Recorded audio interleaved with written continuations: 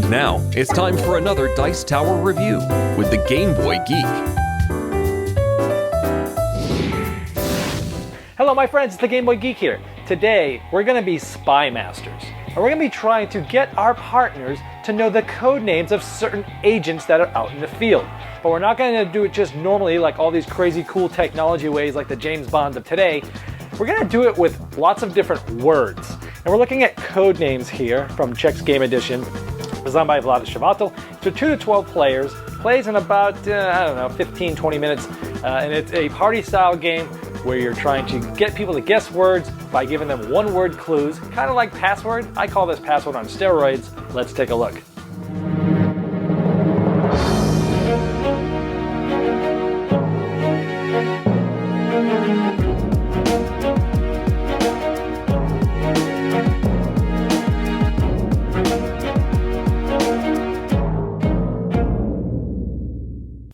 In Codenames, there's two teams, red and blue.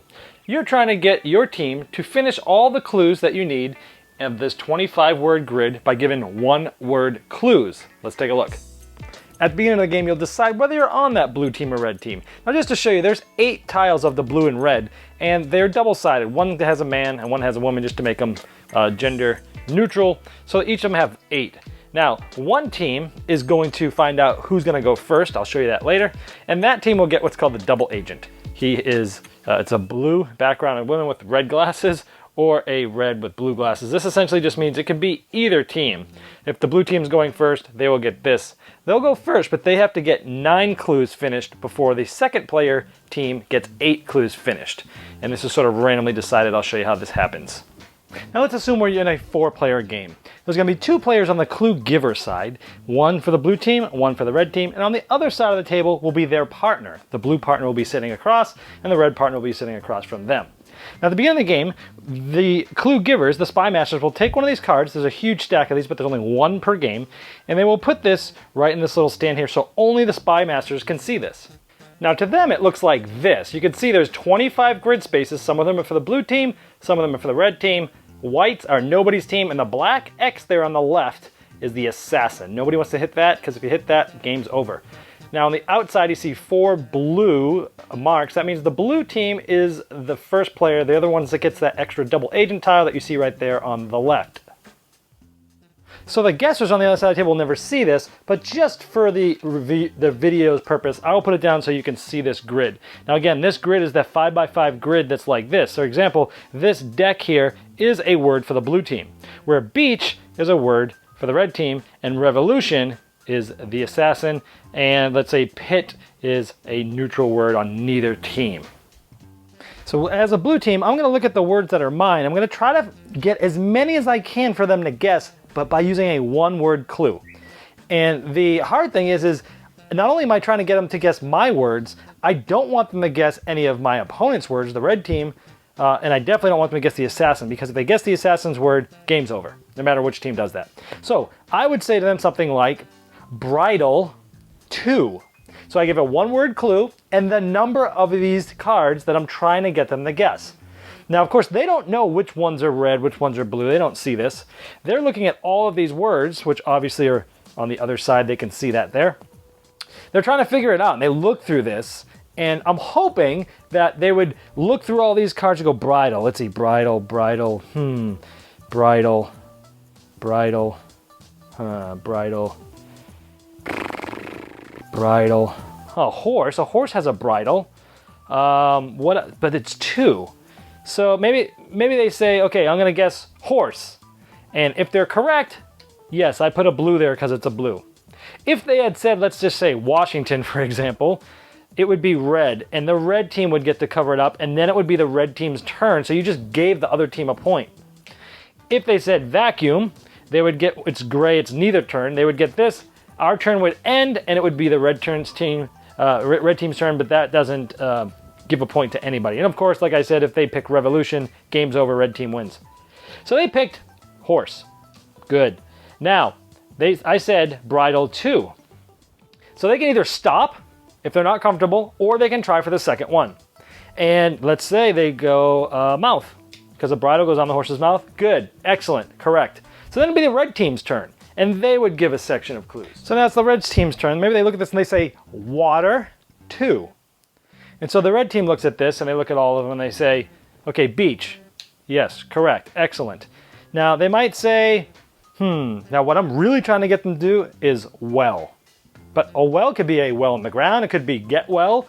Pupil could be an eye pupil, or it could be a student pupil. Different things here. So I'm actually wanting them to say well, but by accident they say pupil. They put this down here. And I say yes. I can't make any faces or anything as they're doing stuff, because this really is a red clue. It's not the one that I intended to give them, but they actually got it correct. So that leaves well there. Now, later on, as the game goes on, things are going to start to get a little bit, finished and things like that. So the board will start to shrink, and it might get a little bit easier to figure out what is what. So as the game's going on, it's getting close to the end. Let's say it's the red team's turn, and they only need 2 more because they were the second player. Now, let's say earlier in the game, I gave a clue of ship, as in a sailing ship or a boat, a big ship. And I was trying to get them to say shipyard, and they got something incorrect. So in their minds, they know that, you know what, earlier, there's still a clue out there that has to do with a ship. And now we come to the end of the game and I say, measurement. And they look at all this stuff and they go, measurement.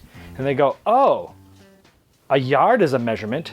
No, wait, a log. A log is a measurement in engineering and stuff. So maybe let's go log. And they go like that and I say, yes, correct. I put the red one there. And then they think, wait, is there anything here that's both a measurement and a ship? Because I missed the clue ship earlier. Yeah, it must be yard, and boom, that could end the game and they could win it right there. So that's how they have all these callbacks to earlier clues. Now, during the game, let's say I had said something 2, and they got both of them right. Let's just say they got this one right, they got this one right. Because they got them both right, they have an option to take 1 bonus guess, 1 additional guess, because they got the 2 of them correctly, to try and, again, get some of those clues back that they may have gotten wrong, and they get a bonus guess to try to do that and win the game. So again, the first person to get all their tiles down wins. Again, the first player has to get 9, and the second player has to get 8 down there. First one to do that is the winner, or the team that doesn't get the assassin. If someone gets this, the other team wins. That's how you play Codenames with 4 or more players.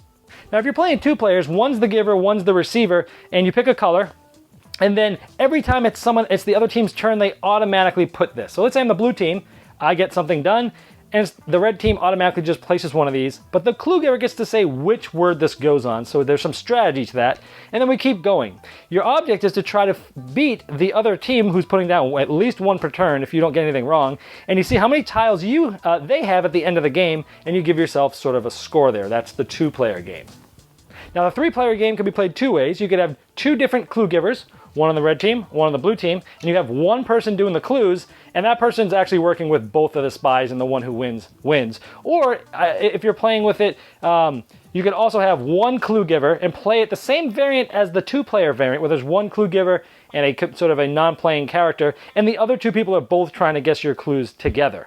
If you're playing with more than 4 people, you have 1 clue giver for red, 1 clue giver for 2, 1 team of people guessing for blue, and 1 team of people guessing for red. It can be any amount of people, really. It says 5 or less, but you can really even do more. And those are the different ways to play Codenames.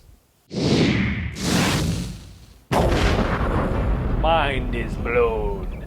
Love this game. I had a chance to play a prototype or an advanced production copy at Dice Tower Con, and we played it over and over and over and over again. I mean, this is one of those games, it's really quick, but man, we played it for, I think, an hour and a half nonstop, and I cannot get enough of this game. It is probably one of the best party games I've ever played.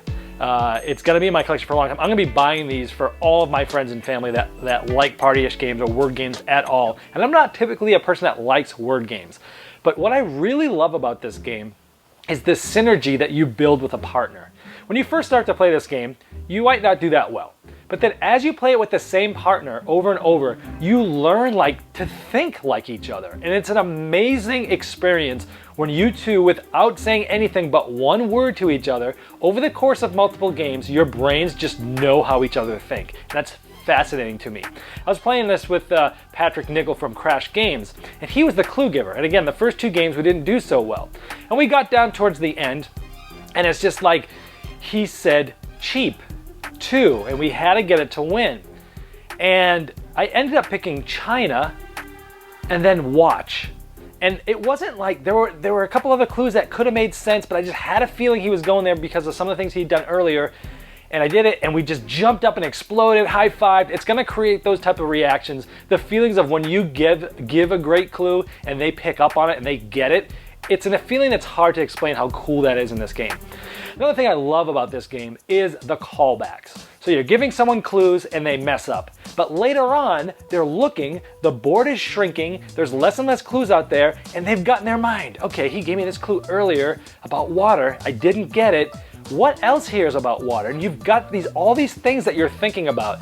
Beautiful game, unbelievably designed, fantastic. I mean, this guy can design the heaviest of heavies, then he can do Pictomania, like a Pictionary spiel that's really like a gamer version of that I reviewed that I really like. Then you have this, which in my opinion is unbelievable. If you've ever played Mysterium, which is a very popular cooperative game, this gave me a feeling of that, when the ghost gives a card and he's waiting for them to pick it, and maybe they're talking about it and he can't say anything, he can't make facial expressions, and it's like the tension of, are they gonna pick the right one? This has that same thing, that same feeling, especially if the team that you're giving it to is more than one person. You know, you're hearing them talk about stuff and you're learning what they're thinking, and that may help you give clues later. My favorite is 4 players, 2 spy givers giving to 1 person each on the other team. Playing with multiple players is awesome too. Again, listening to them talk about it. Listen to them hear what they think about your clues. Awesome. 2 players is fine too. You play against that little score thing, and that's still fun. I would never turn down a game that's with any players. 3 players, you can play with 2 spy masters and 1 person getting the clues. But if you play with new players, you're the only experienced one, and you're playing with inexperienced players, I would say you be the one clue giver, and you give both of them the clues and let them talk about it. Because it's hard to give good clues. Takes a little bit to know how the game's played, and experienced people have even just playing the guesser's side once will give you an idea of how to be a guesser, a clue giver. So giving the clues are harder. Have some experienced people do that first, and then go on from there. But man, my mind is blown. If this doesn't win Party Game of the Year, I don't know what will, because this is an amazing game. That's Codenames. Thanks so much for watching the Dice Tower videos. Find more great videos and reviews, as well as our top-rated audio podcast at Dicetower.com. You can also find other great shows at Dicetowernetwork.com. I'm Eric Summerer, and you've been watching The Dice Tower. The Dice Tower is sponsored by Cool Stuff Inc., where you can find great games for great prices. Cool stuff in stock. Check them out at CoolStuffInc.com.